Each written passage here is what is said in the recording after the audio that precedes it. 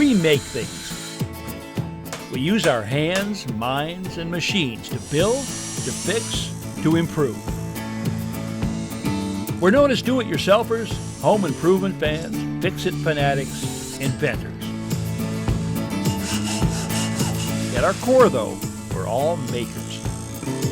So let's jump in and make something.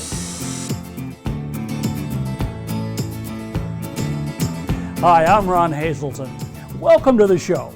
Today I'm going to talk trash. Well, trash cans to be a bit more precise. Kitchen garbage containers have come a long way. Some might even qualify as decorative accessories. But one thing better than an attractive trash can is an invisible one. Today I'm going to put ours out of sight while keeping it close at hand. An outdoor structure without walls and a roof? Now, who would want that? Well, the Egyptians and Romans loved them as cool, shaded places to escape the hot sun.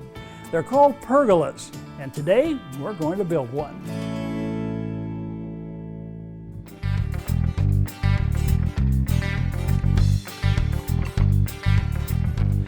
You know, any way you slice it, trash is a byproduct of home life, and in particular, kitchen life. Now, I don't know about you, but around here, well, I'm the trash man.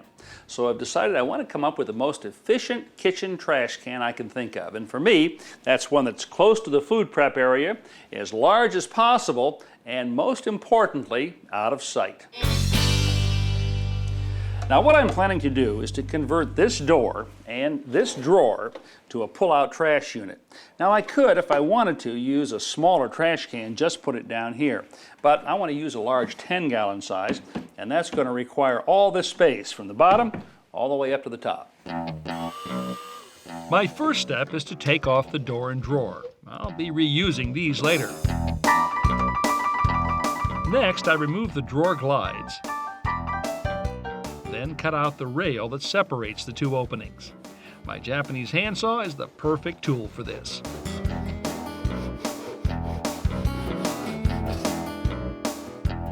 My pull-out trash system will have two main parts: a base that I'll fasten to the inside of the cabinet, and a trash can holder. I'll cut out the top and drop in a plastic trash can. Then connect the two units using ball-bearing drawer glides. The entire thing will be concealed by applying the existing door and drawer front to the face.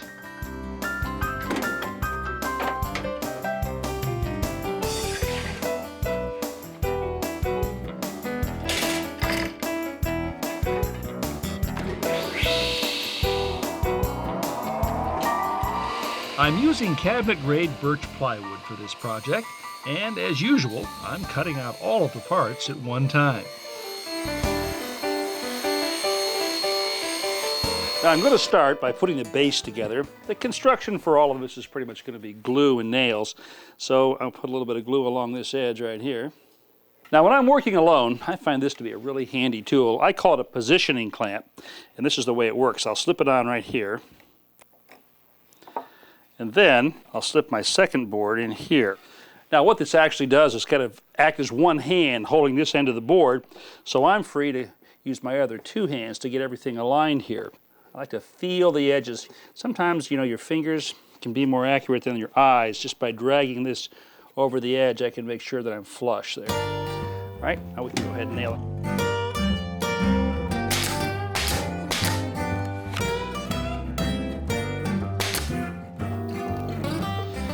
Okay, now I'm just going to do the same with the other side.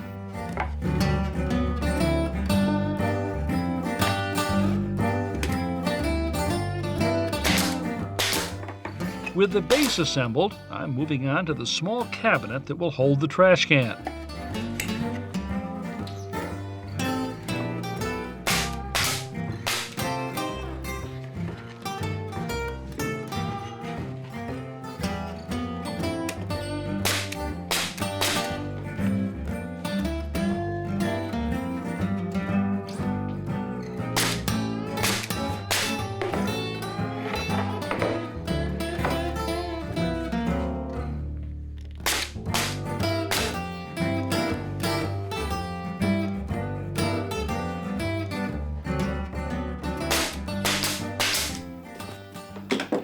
Okay, now what I've got here right now is a wooden box set this down here. Now eventually, I'm going to put this trash can inside, but before I can do that, I've got to cut an opening in the top. So to get the size of that, I'll put the trash can on bottom side up, and then just trace the outline of the lip. I draw a second line about a ½ inch inside the first, so the opening will be just a bit smaller than the trash can lip. A roll of tape makes a perfect template for the corners. To start the cut more easily, I drill a hole inside the cut line, then drop the blade of a jigsaw in the opening and begin sawing.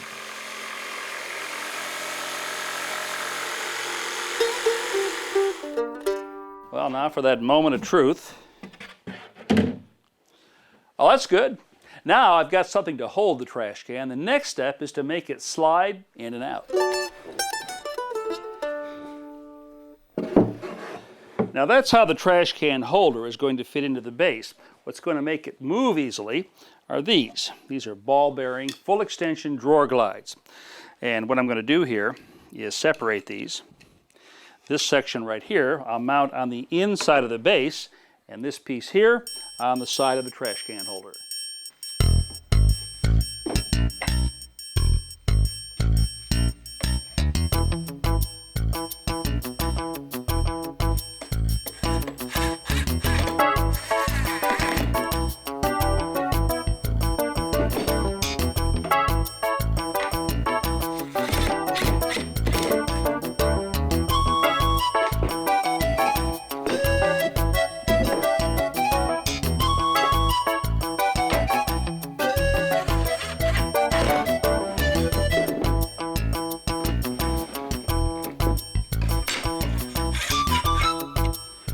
Well, it's time for another of those moments of truth. I should be able just to engage the two sides of the glides here. Give it one little push.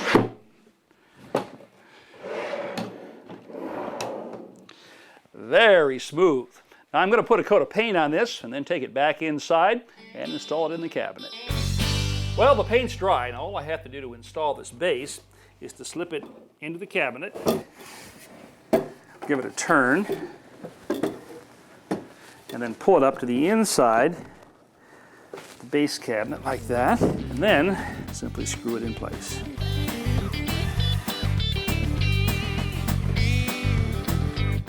Now I can engage the glides and slip the trash can holder into the base. The door I took off earlier gets pinned to the front and then attached with screws from the inside. The drawer front goes on the same way.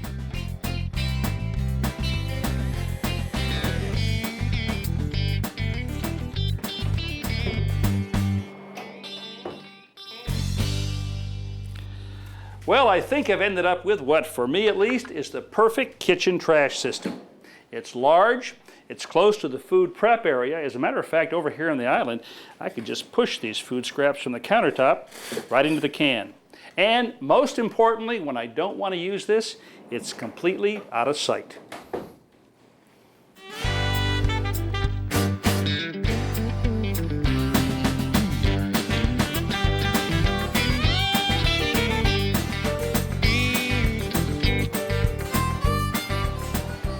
The ancient Egyptians and Romans adorned their garden with them and undoubtedly found shade beneath them from the blazing sun. It's the pergola of which I speak, and I'm headed to Orlando, Florida to help Bill and Frances Post build one in their backyard. Now, one thing that sold them on this property was the backyard. It's teeming with so much subtropical greenery that Bill and Frances spend weekends just trying to document all the different species. All this Garden of Eden needs now is something to dress up this unattractive corner where a work shed once stood. They feel, and I agree, that a pergola would be perfect. Now, a pergola is an open-air structure, a large arbor of sorts, designed to provide shade, charm, and style by allowing vines to climb its posts and spread across the rafters. Now, this is the perfect area for a pergola if I ever saw one. There's a word you don't use very often, pergola. No, we don't. What are you guys going to use it for? Well, we thought about putting the 2 chairs back here, and they're ready to go, make it a reading area, a nice little way to get away. Little kind of cozy nook, sort of. Yes. And what about down the road? Any other plans for it? We were thinking maybe a hot tub would be a really nice touch. Like that. I like it. Yeah. Our first step is to determine where exactly to sink the pergola's 6 posts. They must be lined up perfectly straight and parallel to each other. After checking with the utility companies to make sure the area was clear of underground gas, water, and electric lines, I marked the first corner post by driving in a stake. What we hadn't planned on, though, was the rain shower that came through here, so things have gotten a little bit damp. I'm convinced we can work around the showers. What do you think? I think so. All right, that's good. Take it, maybe one more wrap, and then just lay the string out this way. Now, what we've done for the front line or front edge of our pergola, use this piece of 2x2. It's perfectly straight. Now I'm going to take this oversized right triangle right here, put the base of it up against that 2x2, just like that. Bring it up so that the edge of it is right at the string there. Alrighty. Now what we want to do is move this string back and forth, left and right, until it's perfectly parallel with this edge right here. That guarantees us that this angle right in here is a right angle or 90 degrees. How's that look, Come Ron? over here. Well, you know what? I'm going to trust your eye. That's not always a good thing. But, I think that will Oh, work. those are the kinds of comments Ron never makes. Husbands can make them. Okay, that's great. So I want to stay right on the edge of your line, Stake. as opposed to your hand. Yes. How am I doing? You're doing fine so far. Whoop. I'm afraid to watch. Right, now this is our front corner post here. Now we want to locate the 2 on the side. So the first one's going to be at 48. There you go. And just tie that off. Probably 1 knot will do it. Okay. You can slide it. No, you're right on the money. Okay, Yep. perfect. Okay, then move down to 96, which will be our rear corner post. And do the same thing. We line up stakes alongside each ribbon and drive them in. Then we repeat the entire process on the other side. And our 6 post locations are staked out. Now this is a bucket. I'm Yeah. going to take this piece of brick and put it in here. Up! How about that? No bottom in the bucket. Why? Why? I'm glad you asked that. I'm going to use this as sort of a marking gauge. I'm going to put this right over that stake, which is the center of the hole that we want to dig now for our post. And then you've got some chalk here. This is the same chalk you use for a chalk line. And what I want you guys to do is just to go around here and put this chalk right at the base of the bucket like this. Okay. And what Could we'll do end that. up with, I'll do this one, then I'll hand off to you because I want to show you Okay. what we're going to have here. When we take the bucket away, we get a perfectly round circle centered right over the stake. Thank you. That's good. Now this is a post hole digger. Its sole aim in life is to dig holes. Loves to dig holes. Unfortunately, it can't do it by itself. Didn't think so.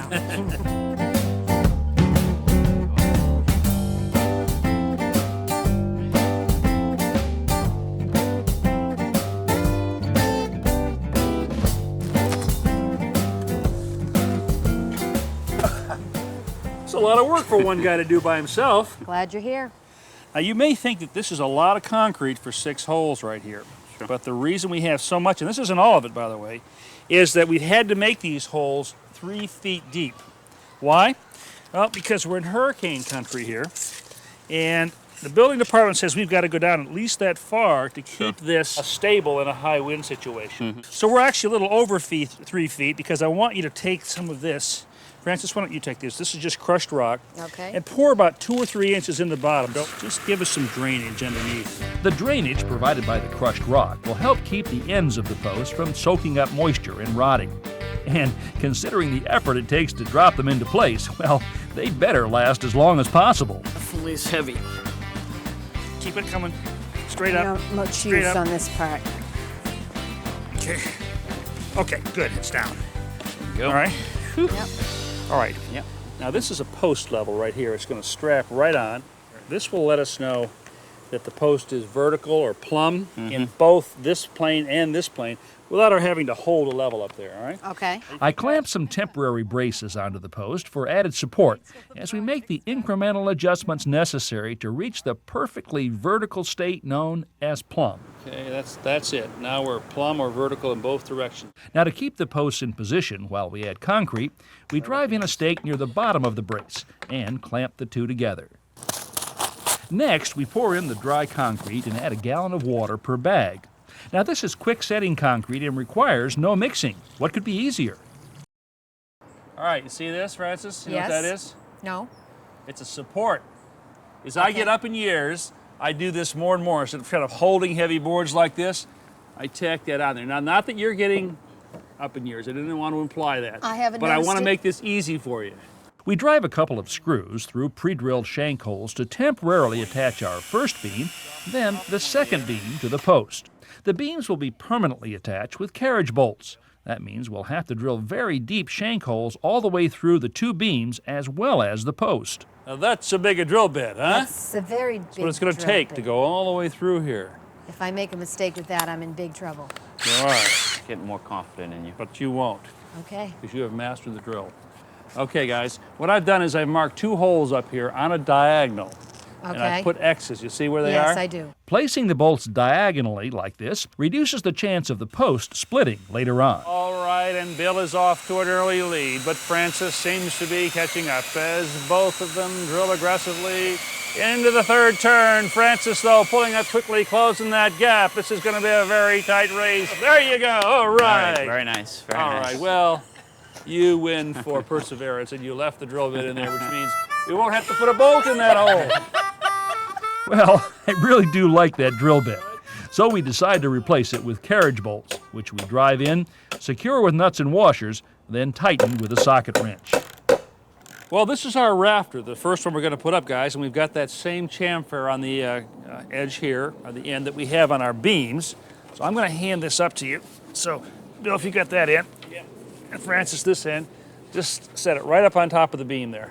Okay. And then bring it out to me a little bit further over this way. Since Orlando is susceptible to hurricanes, we need to attach these rafters as securely as possible.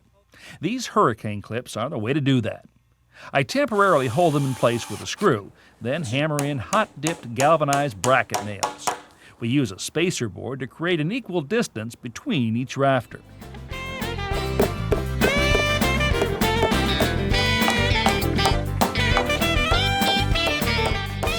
So where do you want this? A little to the right, Ron, if you would. Your right or my right? Yeah, my right. I like it a little to the left. To the left? Hey, you know what? I got a hook here. I'm going to hang it right here. How's that look? Looks good. I enjoy sitting here watching you do some work. Yeah, you know, I meant to talk to you about that. The way this is supposed to work, Bill, is I watch you work and I'm the coach. But you know, this hasn't quite turned out that way. I didn't realize that. You guys put me to quite a bit of hard Put work you today. to work. Actually, you did We all the did. hard work, and it turned out great. It's beautiful. You know, I can just picture this pergola in a few short months with climbing vines providing a cool green canopy across the rafters. And when Bill and Francis install that hot tub underneath, well, it will be their personal kingdom and just as magical as any other here in Orlando. You know, a workshop can be a natural attraction for young kids. Now, I make sure that I'm out here when they are, but even so, I want to take precautions with my power tools. For one thing, I store them up high, well out of reach like this. And here's a trick that I picked up that keeps them from accidentally plugging them in. Take a key ring and pass it through the holes in the plug. Now, admittedly, this is the last line of defense, but at least it'll make sure that they can't plug this in accidentally. To view today's projects again and countless more, go to HouseCallsDIY.com. Step-by-step home improvement tips when you need them. I'm Brian Kelsey. Welcome to House Calls. Join us as we tackle some great home projects, as well as look back at favorites from Ron Hazelton on House Calls.